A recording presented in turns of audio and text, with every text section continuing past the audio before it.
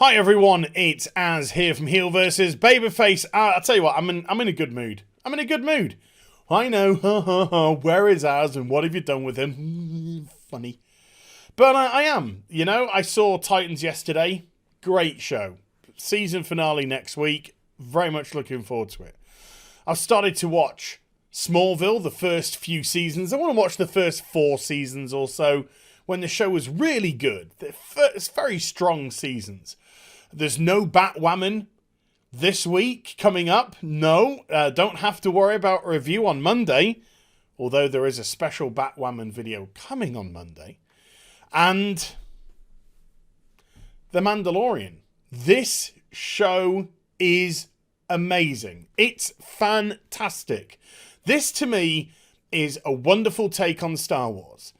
This show is how you can take, and I say this without malice, the little, the little bit that Star Wars actually is, because it is such a basic concept and doesn't particularly allow for much growth, and turn it into something genuinely transformative, as opposed to the...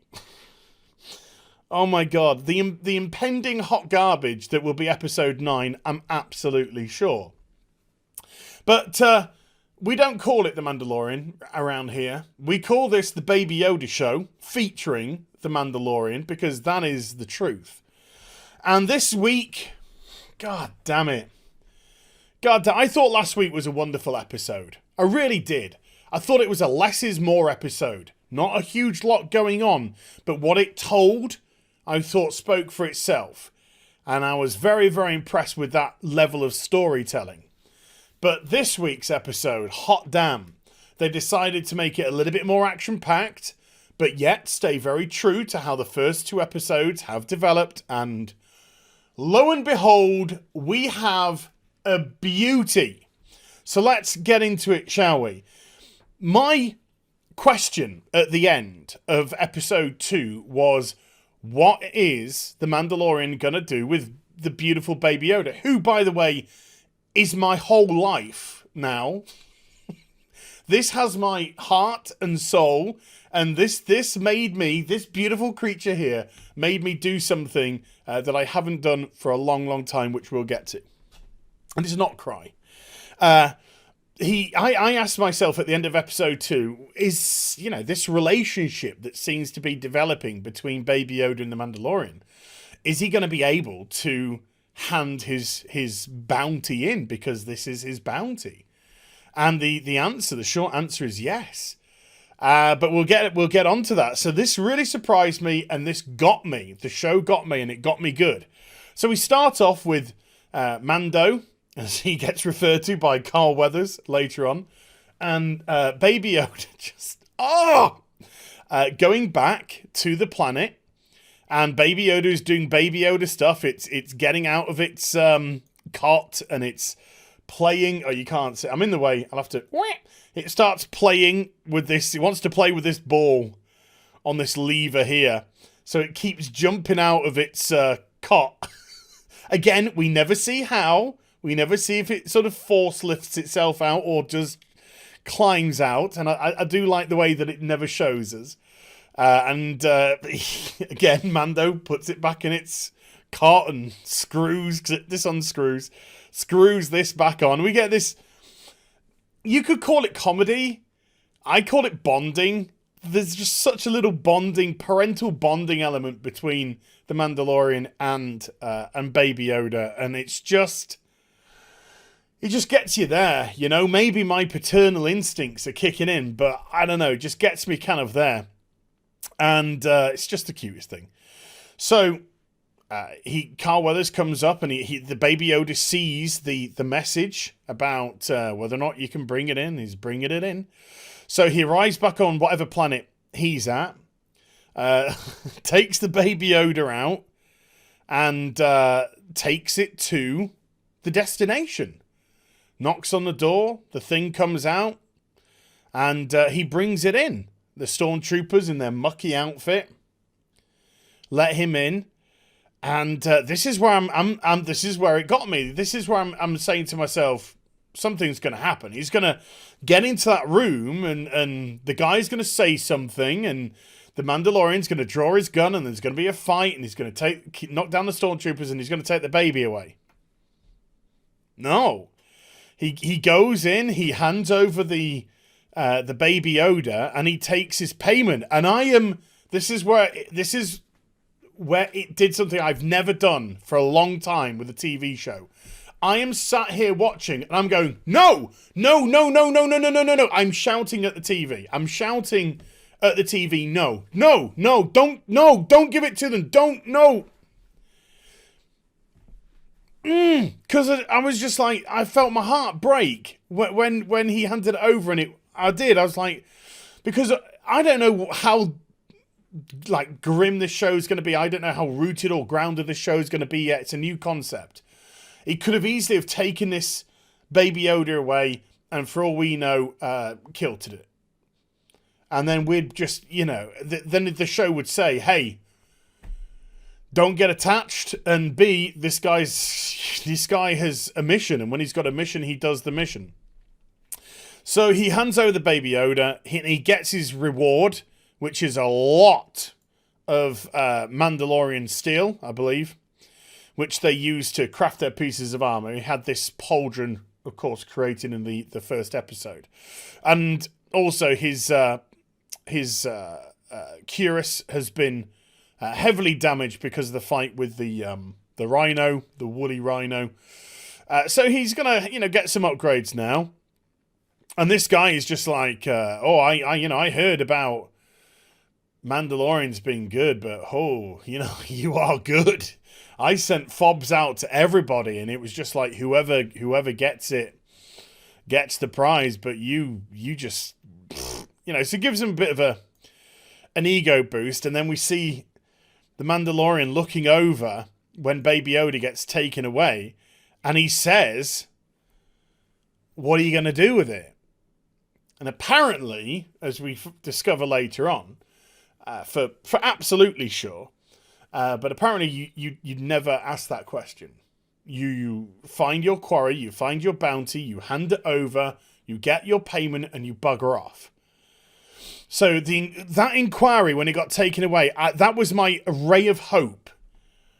That was my ray of hope, not Ray as in Star Wars episode Ray. No. It was my ray of hope that maybe he would come back, which we later discover he does.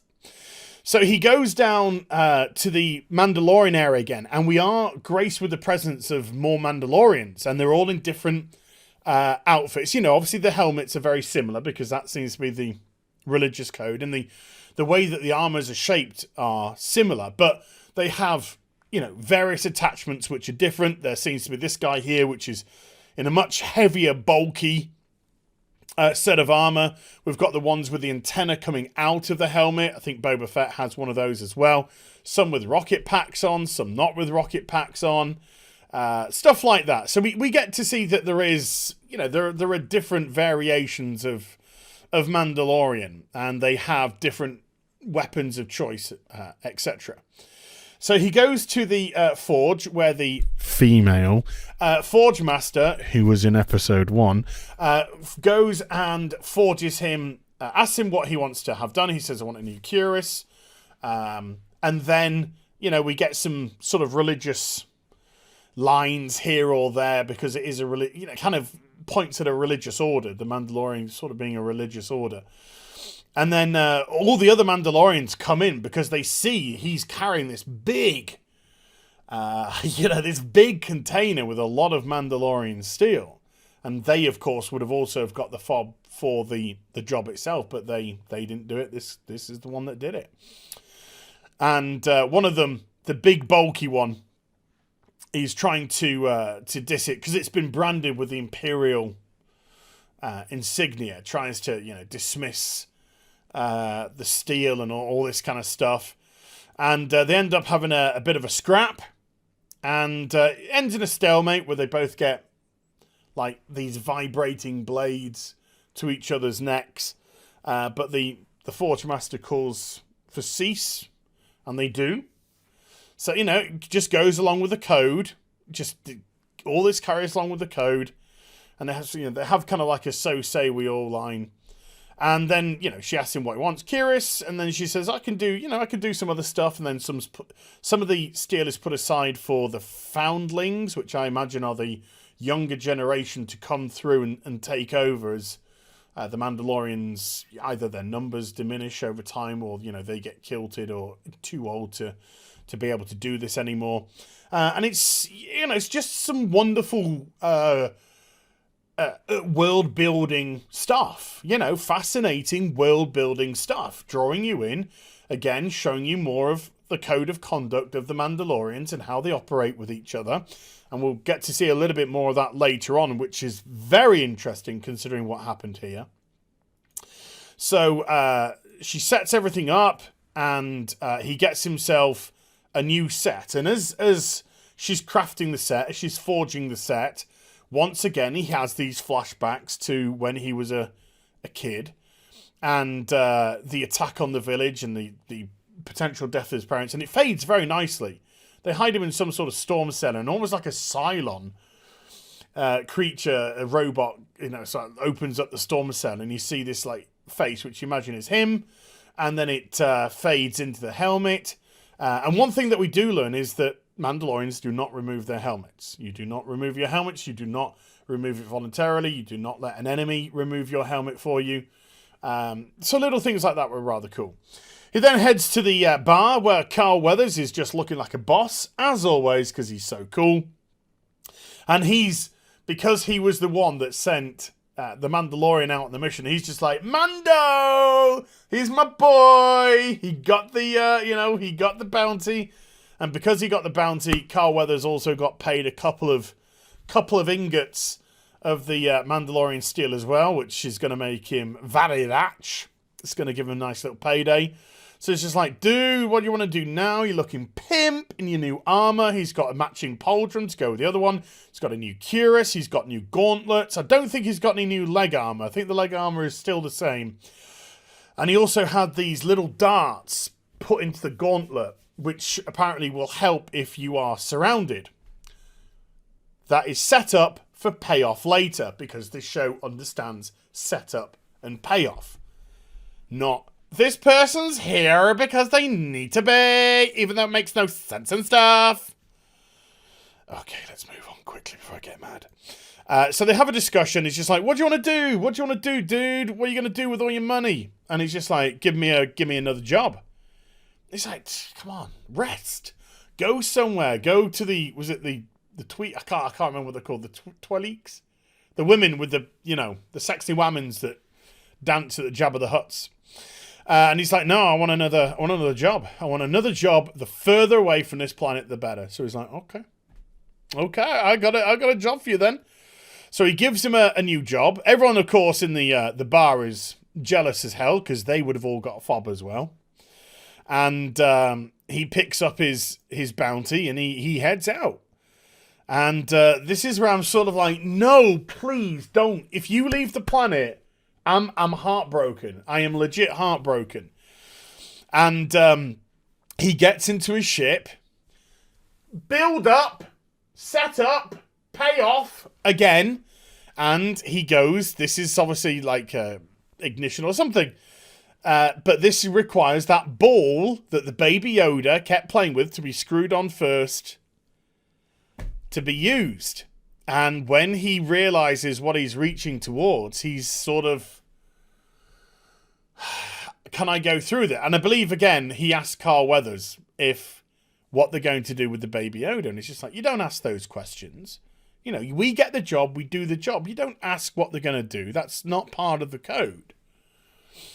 And you can see, and this is great acting, by the way, from Pedro Pascal, because his body language is saying so much without him removing the helmet, with having this bulky armor on. But you can see this is a person who's just like, God damn it, this is not what I should be doing, but there's something about that Baby Yoda. It's just something about it, this bond. And then he's just like, fuck it. I'm going back for it. And you're just like, yes! Yes! And you are absolute. Well, I was. I imagine there's loads of people in the. I say loads of people. The 5 people who are watching these reviews who are probably like, you're just going, yeah. When he made the decision to go back for the Baby Yoda, you were just like, get on there. You know, perfect. This is exactly what I wanted to happen. So he powers down the ship, and then he heads back to the area. He goes to the back of the building. He notices that they've thrown away the cot. So he's he's getting a little bit concerned. He uses his gun, which seems to be multifunctional. We know that it disintegrates people. We know that it can be used as a like a telescope. Here, you can listen in on conversations if you target the people that you want to do. And obviously it's got heat vision, so it can see through the wall. And you've got this heat as regards to who's speaking to whom. And it's also got electrical prongs on the front as well. It's multi-fact. It's like a Swiss Army disintegrator ray. But the rules are very nicely established. So he hears a conversation going on between them, saying that they want to extract something from the Baby Yodas. And he's just like, right, screw this, I'm going in. So he tricks the soldiers out the front gate. Then he blasts a hole in the wall. He comes in and methodically, very methodically, not, I am amazing, I can just go pew, pew, pew, pew, pew, pew, pew, takes out the stormtroopers in a very clever way. Little tricks being played on them, deceptions, uses darkness, uses lots of things at his disposal. And then he breaks into the medical lab, and this guy's just like, please don't hurt the baby, don't hurt the baby. And then he's just like, is this actually a good guy? Is this a member of the Rebel Alliance who has been trying to protect this? Because he's like, this baby would have been dead if I didn't, save it. So this guy looks like he's actually a good guy who's infiltrated this area and, realized that their target was to get this and this Force-sensitive Yoda creature. And so the Mandalorian doesn't kill him. I think the Mandalorian actually believes that this guy's genuine. Otherwise, I think, would have killed him. And he takes the Baby Yoda. But now, because the Baby Yoda doesn't have the cot, it's all a bit worrying. Because you're just like, oh, please don't let a blaster fire hit the Baby Yoda. Please. So again, he fights his way out of the compound. Again, cleverly taking out the stormtroopers. I loved the behavior of the stormtroopers. They were just so wired towards how they were in episode 4, with the way that they had very sort of like rigid, dialogue. You stay there, remain there, do not move. Just the way that the dialogue came out was almost as if they had a protocol of lines that they would say in giving, if you're in this situation, your protocol of lines would be X, Y, and Z. So I did really like that. He fought his way out, and he gets to he gets the baby, and he's walking towards his ship. Now, everybody's alert thing go off, and I think this is just like, this is your next target. There is a target right here. So all of that, everybody's goes off because they're all bounty hunters. And he's trying to get back to the ship, and he realizes that people are coming, and then he gets surrounded. And you're just like, oh, no, don't. Please, if a stray laser hits the Baby Yoda, I am going to cry. I'm just going to cry. It's as simple as that.